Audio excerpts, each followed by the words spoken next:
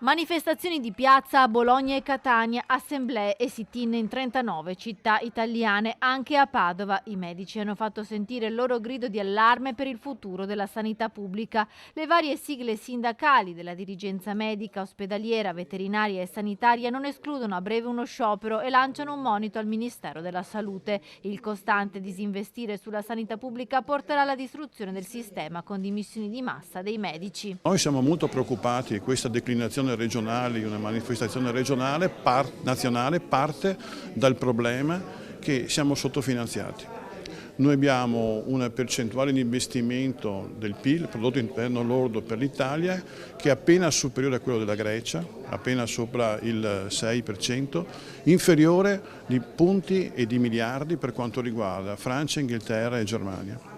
Con pochi soldi è difficile dare la salute ai cittadini e questo è un richiamo nazionale a un investimento concreto per questo governo in termini di assistenza sanitaria pubblica. Stipendi bassi, turni massacranti, pochi investimenti da parte dello Stato. La sanità pubblica sta perdendo attrattività, spiegano i diretti interessati. Il sistema pubblico non è più attrattivo prima di tutto per le condizioni di lavoro. Per lo stress correlato al Covid la cosa si è acuita in maniera terribile. La problematica principale è il fatto che non si riescono a fare riposi, non si riescono a fare ferie, i weekend sono tutti occupati, il tempo possibile da dedicare alla famiglia si riduce sempre di più.